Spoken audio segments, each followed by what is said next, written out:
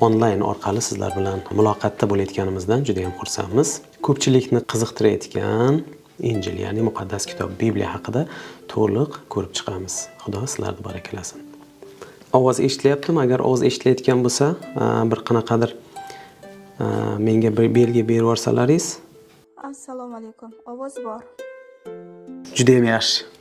Hozir bizlar ibodat qilamiz va yig'ilishni boshlaymiz. Osmon yerni yaratgan Xudovand, senga biz ibodat qilamiz, Xudoyim.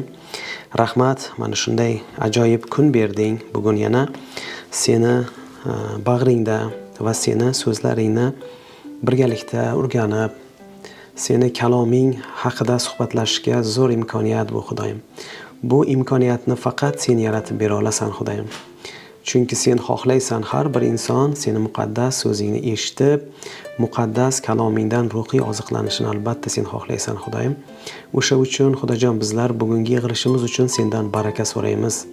Eng yaqin dunyoviy, tanaviy otamizdan ham bizni yaqin otamizsan, Xudovand. Bizlar ibodat qilamiz. Bugungi yig'ilishimizni o'zing barakala, o'rtamizda bo'lgin. Qanaqa so'z aytilsa, Xudojon, sen xohlagan so'z bo'lsin. Sendan bo'lmagan ortiqcha so'zlar uchun og'zimizga posbon qo'ygin. Chunki og'zimizdan chiqadigan har bir keraksiz ortiqcha so'z uchun qiyomat kunida yo oqlanamiz yoki hukm qilinamiz shu so'z bilan. Shu uchun Xudoyim bizlar gapirsak seni kalomingga asoslangan holda, muqaddas bitiklarga asoslangan holda gapiraylik, Xudoyim. O'zing yordam ber. Bugun kimlar kirishini xohlasang, Xudoyim o'zing ruxsat bergin. Kirib, qatnashib, mana shu seni so'zingdan bahramand bo'lish uchun yordam ber. Biz senga juda ham muhtojmiz. Albatta o'rtamizda bo'lgin. O'zing Xudojon mana shu ibodatlarimizni qabul qilgin. Suhbatlarimizda o'zing qatnashgin. Bugun ko'pdan ko'p bizga ochiqlik bergin. Bilmaganlarimizni bilaylik. Bizlarga mana shunday muqaddas ruhingdan boshqaruv bo'lsin. Iltimos sendan. Biz senga ibodat qildik. Amin. Kelishganimizdek muqaddas kalom haqida qisman gapirib o'tmoqchiman, chunki hozir juda ko'p joyda bu Injil haqida, muqaddas kalom haqida gap boshlasangiz, albatta o'zgartirilgandan boshlaydi. Endi muqaddas kalom haqida, Bibliya haqida men sizlarga tushuntirib bermoqchiman. O'sha muqaddas kalom o'zgartirilgan degan ko'p insonlar bahsga boradilar. Aksariyat inson bu yerda muqaddas kitob, Injil o'qiydigan odamlar qo'shilgan bo'lishi mumkin, chunki men ko'ra olmayman kimlar qatnashgan, oralaringizda kimlar bor men bilmayman. Oxirgi kommentda shunaqa yozganki, agar Tavrot demak yetarli bo'lmaganligi uchun Zabur chiqdi, Zabur yetmagani uchun Injil chiqdi yoki boshqasi chiqdi qilib kommentlarni yuboraveradi. To'g'risini aytaman, hammasini o'qimayman, vaqtim ham yo'q, unchalik bekor ham emasman, lekin qisman kerakli bo'lganini aytib o'tmoqchiman. Agar Tavrot yetarli bo'lganida edi, odam Ato va momo Havo uni farzandlari bir bilan qo'shilib, aka singil bir bilan qo'shilgan bo'lardi-ku degan komment bor.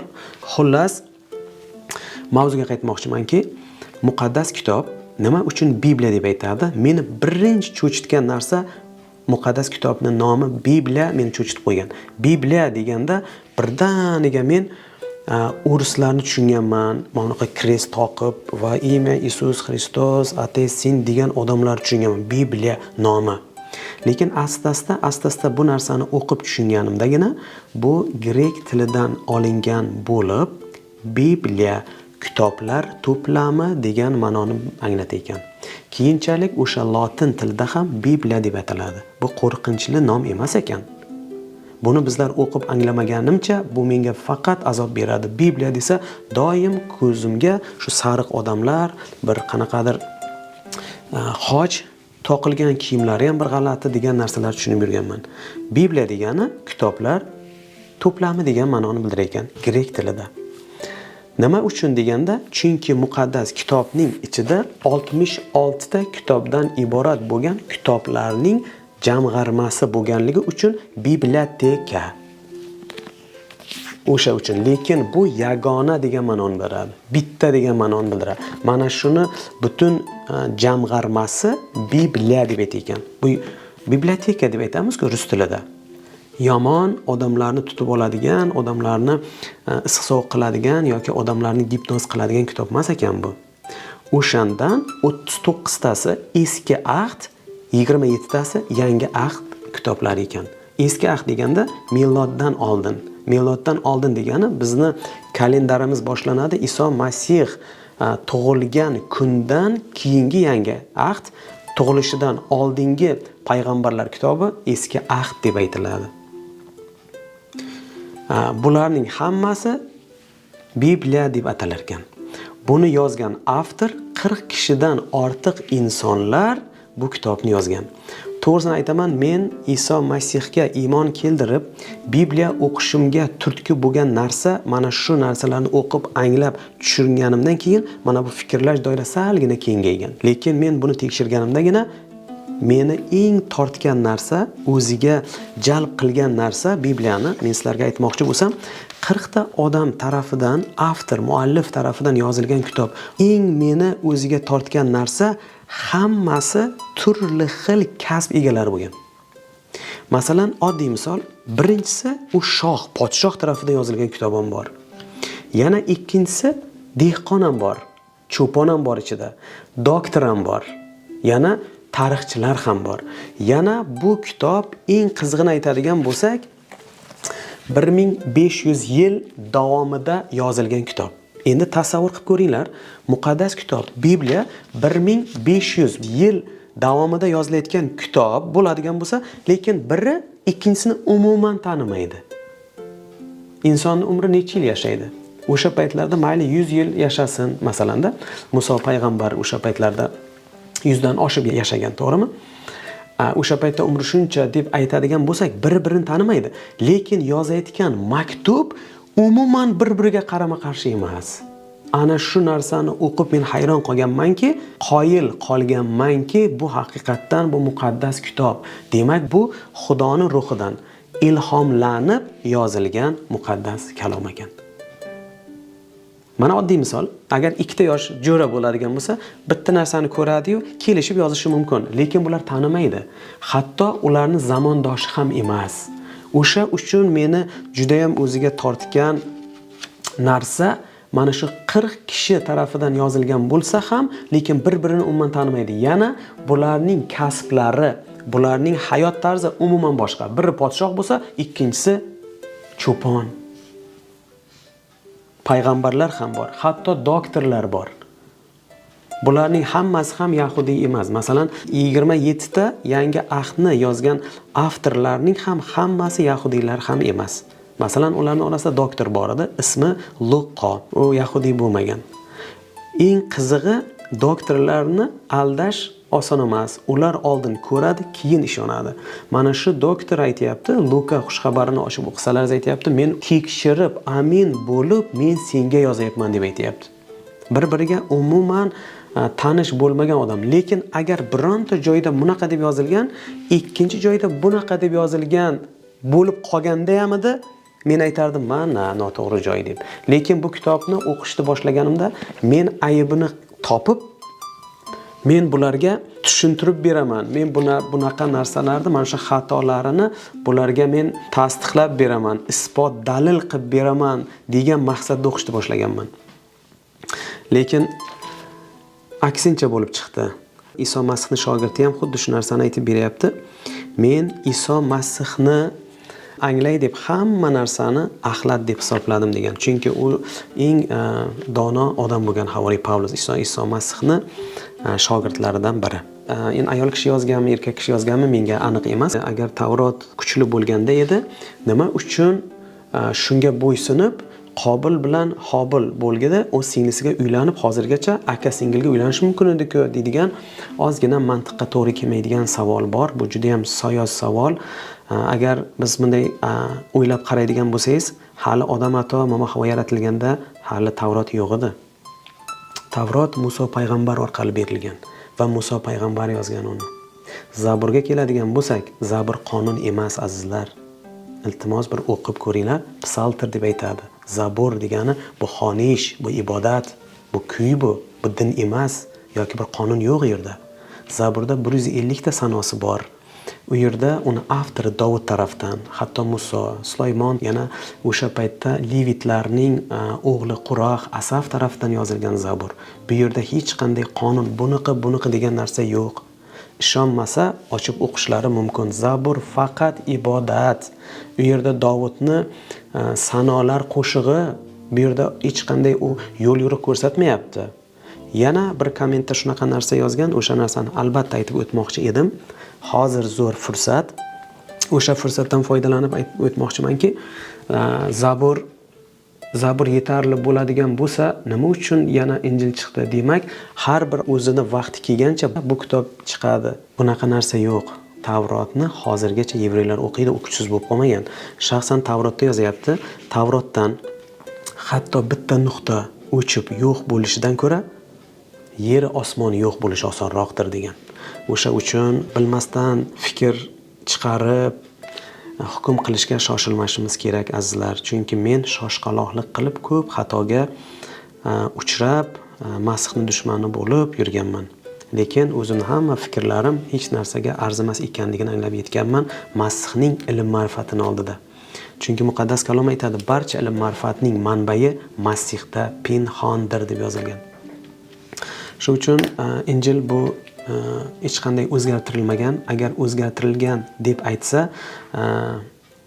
qayerga o'zgartirilganligi menga muhim. Nechinchi asrda o'zgartirilgan? Chunki bu muqaddas kitobning professional bo'lgan odamlar tarjima qilgan, kopiya qilgan. O'sha paytida bunaqa qog'ozlar bo'lmagan. Papirusda yozilgan, terilarga yozilgan. Masalan, yangi ahdga keladigan bo'lsak, masalan, Havoriy Pavlus Iso Masihning shogirdi yozib yuboryapti boshqa jamoatga o'qinglar deb. Injilni Iso Masihni o'zi ham yozmagan, uni izdoshlari tarafidan yozilgan. Yangi ahdda 27 ta kitobdan iborat. Oddiy misol, kitob nima uchun kitob beriladi? O'qish uchun. Meni shaxsan shunaqa kitoblarim bor, ochib ishib ketgan. Oldin olganimda mana bunaqa yangi edi, keyin mana shuncha bo'lib ketgan. O'qilib yaroqsiz ham bo'lib qoladi. Keyin nima qilgan o'sha paytlarda? Tarjima qilish ham oson emas. O'zini maxsus mutaxassislari tarafidan yozilgan o'sha. Masalan, Tavrot tarjima qilinayotgan paytida 70 ta kishi tarafidan tarjima qilinadi. U yerda adabiyotshunos, tilshunos, yerda oddiy odamlar o'tirmaydi u yerda. Uni hamma tushunadigan olim odamlar, tajribali insonlar yozib qog'ozga kiritgan. Bu narsani bizlar o'rab, chiroyli qilib olib qo'yganimiz bizni asramaydi. Buni olib o'qib, amal qilganimizdagina hayotimizga katta o'zgarish olib keladi. Masalan, bu hayot noni deb Iso ko'p misol keltirgan. Men hayot noniman. Bu yerda Iso Masih haqida yozilgan. Non qachon bizga kuch, shifo beradi? Olib yeganimizda. Non bo'lsa-yu, uni olib qo'yish, o'qimasak foydasi yo'q. Shu uchun o'qilgandan keyin yirtiladi, boshqa bo'ladi. Uni nima qilish kerak? Undan keyin nusxa olish kerak. Nusxa olganda ham oddiy o'qimagan, savodsiz odamlar olmaydi uni. Har biri yozib nusxa oladi. Agar shu yerda o'zgartirilgan bo'lganda edi, mana bu original aytgan bo'lardi, nima uchun sen o'zgartirding deb. Bu birdaniga o'zgarib qolib bir kitob paydo bo'lgan edi. Birdan bu yo'qolib qoldi-yu, boshqa kitob lip etib chiqib qoldi. Bunaqa narsa emas. Bu yerda juda ko'p varaqalar, katta varaqalar bo'lgan, papirusda yozilgan, terilarga yozilgan maktublardan iborat bo'lgan. Buni keyinchalik insonlar nima qildi? Buni mutaxassislari olib borib tekshirdi. Eski ahdda ham Tavrotni ko'chirishda o'zini mutaxassislari bo'lgan. Pul berib, katta pulga ko'chirib beradi.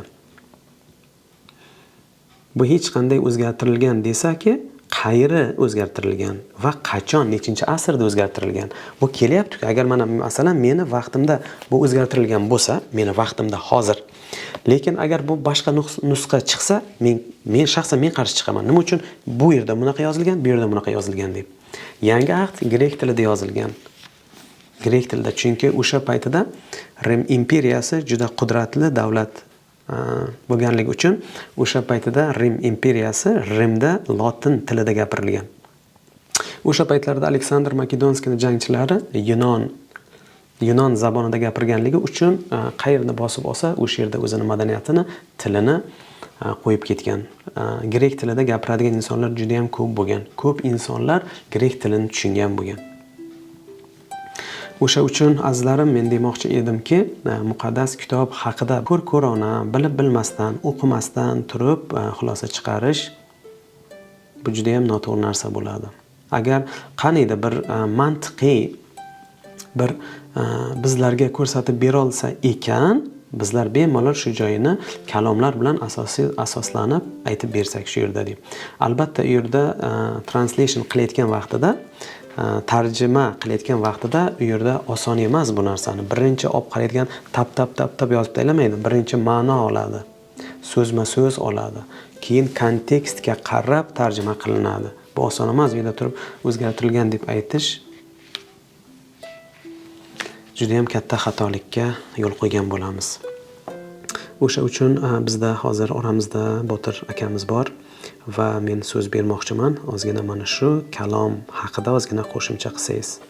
Marhamat. Iltimos, admin mana shu Botir aka, Nursen akamizni mikrofonni yoqib bersangiz. Meni ovozim eshitilyaptimi? Ovozingiz bor. Mikrofon ochilgan. Botir aka bizni eshitayotgan bo'lsangiz, siz bemalol qo'shimcha qilishingiz mumkin.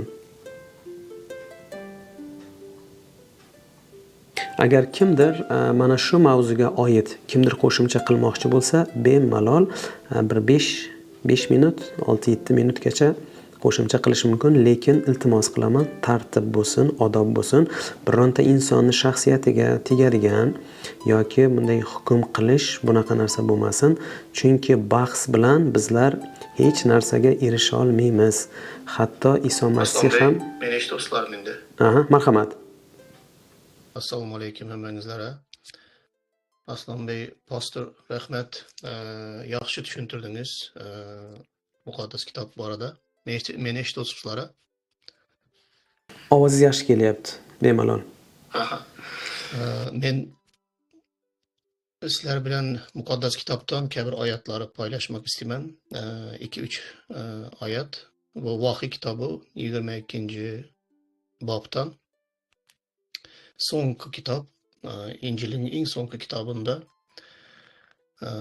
havolalar Yahya Yohanna tarafından yazılgan ve bu yerde 22-bobda 18-19 ayatı okuyman. Bu yerde şunday yazılgan. Bu kitapның basharat sözlerini eşituvchi har bir kishini ogohlantiraman. Kimde kim bu sözlerge biror narsa qo'shsa, Xudo ham o'sha kishining jazosiga bu kitobda yozilgan balolarni qo'shadi. Kimde kim bu kitobning bashorat so'zlaridan biror tanasini chiqarib tashlasa, Xudo ham o'sha kishini bu kitobda yozilgan hayot daraxtidan va muqaddas shahardan benasib qiladi. Men muqaddas kitobi tarjima eden, Türkmen tiline, Özbek tiline, başka türkü tillerge tercüme eden köp birodarlari, opa-singillari tanıyman. Bu tercüme kılınmazdan burun, bular Xudoga ishongan adamlar, Xudodan qo'rqadigan adamlar. Bular bu oyatlar esasında ilki bilan o'tirib o'ylanadılar, hammasi ham. Tercüme işi juda bir qiyin bir ish, oson emas. Çünkü tercümede hem sözde mi, ya ma'nosida mi, kitobning ma'nosi tildan tilga o'tgan vaqtında o'sha ma'noni berami ya o'tkiymi? Bundan da her bir adamlar, bu proyektde ishlagan adamlar, tercüme qilgan adamlar juda qo'rquv içinde qiladilar bu ishni. Qo'rqmasına sebep var mı? Elbette var. Bu iki oyattagi yozilgan narsa her birimizni ham qo'rqitadi. Yani 30 yıldan ko'proq o'zimiz ham Pastor Aslan, men, yani içimizde bizler tingni o'tiranlar köpsü, Xudoning xo'sh xabarini aytadigan, muqaddas kitobni o'rgatadigan adamlar ham, bizler ham Xudoning kalomini ochib, uni o'rgatan vaqtimizda, va'z qilgan vaqtimizda tercümeçiler bizlerden ham ko'proq bu işe ünüs beradilar, chunki qo'rqimiz, Xudo qo'rqimiz juda kuchli bizlarning. Chunki Xudoning kalomini yanlış tercüme qilsang, ya Xudoning kelamını yanlış va'z qilsang ya öğretsen, bu sözde yazılgan sözler bizlere korku beradi. Şunun için muqaddas kitap ütkədilgan, özgertirilgan degan adamlar, eğer aklı yerinde bo'lgan adam, Xudoning sözünden bir zatı ayırgan təşləməkdən ham qorqadi, Xudoning sözü kelamıga bir zatlar qo'shmoqdan ham qo'rqadi. Eğer hakikaten Xudo qo'rqusi bor adamlar bo'lsa. Qaranglar, bu juda juda Orusça aytsak seryozni zatlarda bu kitapның başarat sözlerini eşituvchi her bir kishini ogohlantiraman. Kimde kim bu sözlerge birer narsa qo'shsa, Xudo ham shu kishining jazosiga bu kitapta yozilgan balolarni qo'shadi. Bu kitapta ko'p balolar yozilgan. Qanday Xudo na'latlar biladi, qanday Xudo odamlara jazo berib biladi. Bu baloların hammasi senin hayatına qo'shilajak bo'lsa, onda bundan qo'rqish kerak. Eğer kimdir biri bu kitapta yazılgan sözlerden birantasını çıkarıp taşlasa dedi, onda bizlerin atımızı yaşayış kitabından yani cennetteki yaşayışımızdan bizler mahrum bir nasip kıladı deydi de.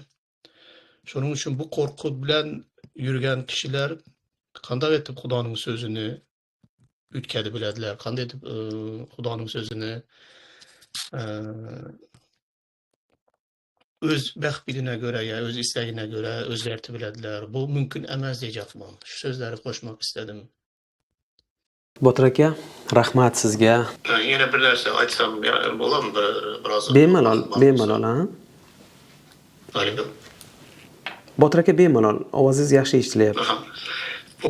Pul meselesinde indi bizlerin halkımızı bilesizler, hemmenizler görmeden Türkler ön yargı dedi de. Ön yargı degen söz, yani bilmeden, görmeden hüküm kılışı yaxşı göremizler. Bizler halkımız bilen medeniyetimizde şunday zatlar var.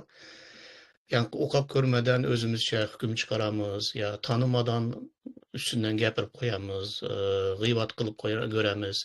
Her şey narsalar kılamız çünkü bilmegenimizden eti öğrenimiz, korkmadan bunu da. Ama hemme medeniyetler bizlerinki diyemez. Ama bizlerde bu juda meşhur. Sizlere kıska bir şayatlık aytmak isteyeyim. Ben Türkiye'de yaşap yürgen peytimde, indi 30 yıldan köprak iman hayatım var. Cemaatin pastırımın. Benim yaşlığımdaki dostum, özümüz bir yılda doğulganımız, bu hamsiye bolup kettelgenimiz, bile oynaganımız, birbirimiz şu balalıktan bilemiz. Bu 5 vaktini namaz okuydu bu bala. Dostum, bu Türkiye'ye geldi. Türkiye'ye geldi. Şu beni bilmeden, görmeden hüküm kılıp yürüyen, ey Batır pula satıldı, Batır ana dinini almaşladı, Batır ondi oldu, Batır mundi oldu. Türkiye'de görüştük bu bilen. Son meyli dedim, Türkiye'ye geldi, oturduk. Sonra yine Türkiye'de şu gepini aytardı, eşler dedi, pul meselesi dedi, şu pula dedi, dininize sattığınızlar onu diyeyim ayttım. Ama eli sen dedim, görmeden, bilmeden, nime desen diye bir. Ama kel dedim, cemaatke dedim, İsa Mesih'e işanlayan adamların cemaatımızda ben pastırman. Her günü yüzlerden kovrak adam toplanadı. Kel dedim, bizim aramızda istegenince, haklağınınca otur. Eşitesin gelse eşit, turup ketesin gelse ket. Başından sonuna oturamam desen, bemalal otur, mıhman. Sana ki hiç kim işanam deyip aytmaydı, hiç nerse demeyeyim ben dedim. Kel otur, vaazları dinle ve tanı bizler dedim. Hiç bizlerin içimizde oturmadan, görmeden, Mesihlerin kimliğini, nime işanganını, kelamını okumadan dedim, yargılama, hüküm çıkarma dedim. Biraz saklan dedim, sonra edesen dedim, hüküm çıkarsan. Son yankısılar her işe pula satıldığınızda, pul meselesini kozgab oturgan bu dostum, işan ki bir yıl bizlerin aramızda her hafta bazar günü cemaatimize gelerdi. Cemaatimize gelip bu hemen narsani sınlıydı, oturup köredi, eşitedi, her bir adamını, her bir bizlerin kılayatkan işimizi, ibadatımızı, vaazları dinliydi. Hemmemizi şunday bir filtreden öterip bizi sınlap oturan bir yıl cemaatta. Son bir gün geldi bana aytadı ki, ey dedi, ha desem, ben dedi gördüm dedi, ne beni gördüm desem, bu dedi, sizler dedi cemaatta dedi, her pazar günü toplananızlarda dedi, ondan birlerinizleri pul toplaysılar dedi.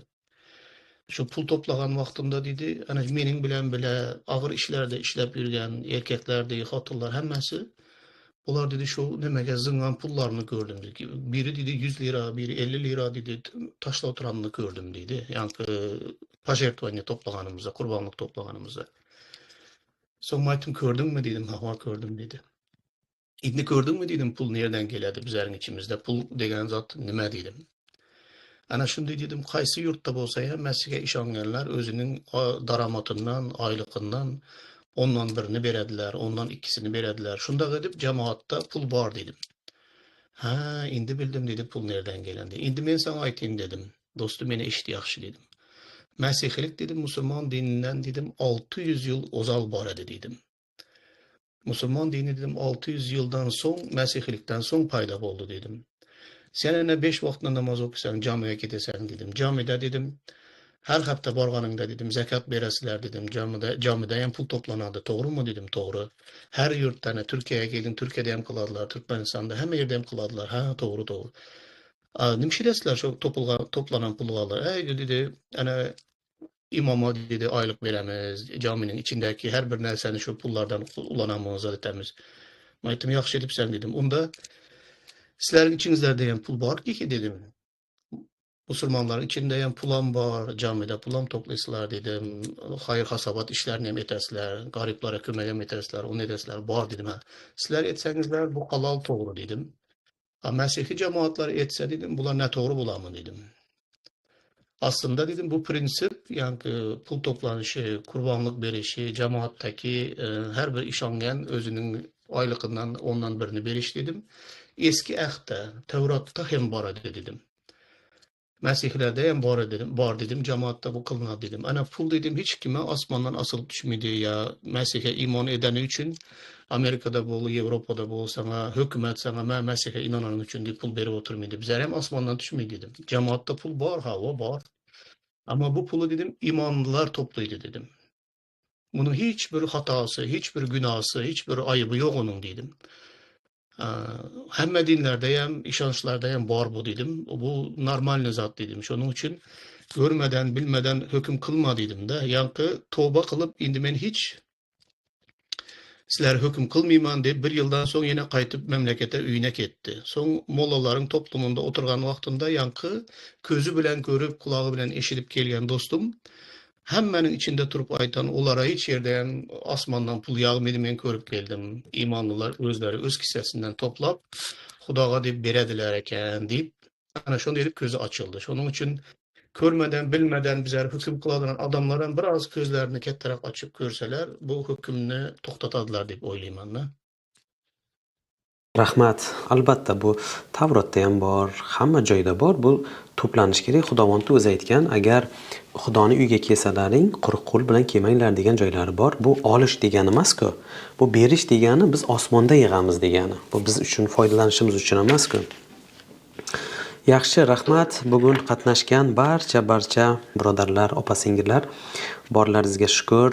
Mana shunday Xudoning kalomiga chanqoq bo'lib qatnashib, vaqtlaringiz berganlaringiz uchun Xudo 100 karra barakalasin. Shu uchun hech qanday agar biron joyda yomon mashmasxiylar haqida noto'g'ri gapirib o'rganda, men sizlardan iltimos qilaman, hech kim bilan bahslashmanglar. Chunki bahs hech bir yaxshilikka olib kelmaydi, aksincha tinglovchilarni ikkilantiradi. Nimani bizlar isbot dalil qilmoqchimiz? Biz dalil qila olmaymiz. Agar Xudo ochmasa, hech kim odamni majbur qila olmaydi.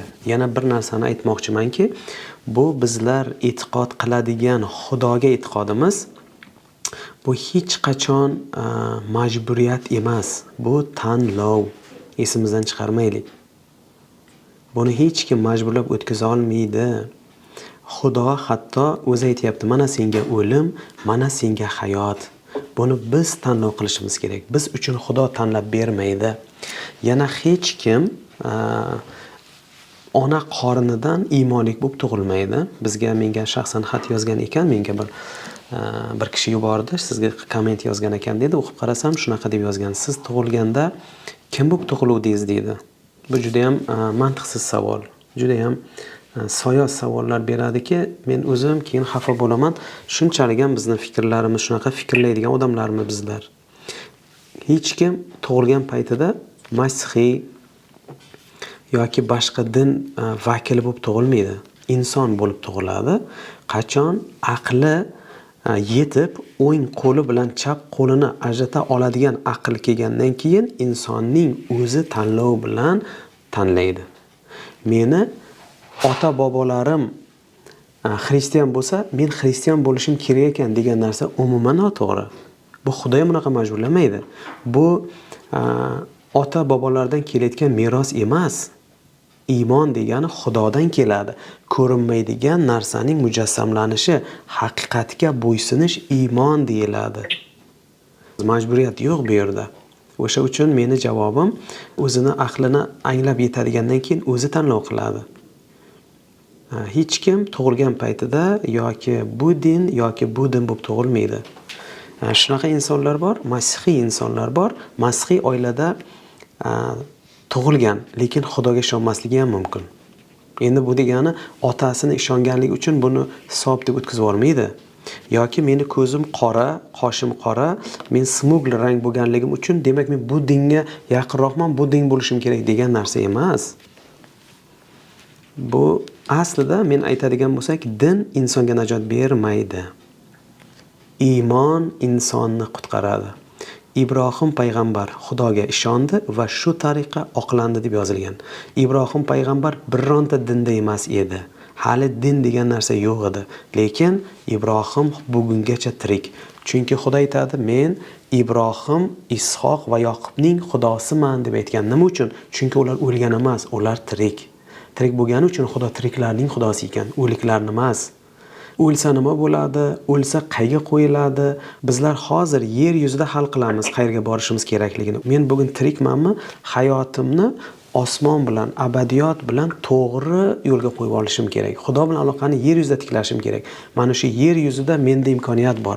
O'lgandan keyin hech narsa qila olmayman men. O'lgandan keyin qayerda ko'milish ham bu muhim emas. Agar muhim bo'lganda edi, juda ham xudoparast insonlar samolyotda portlab o'lgani ham bo'lishi mumkin. U qabrga ham qo'yilmadi. Ular nima bo'ladi?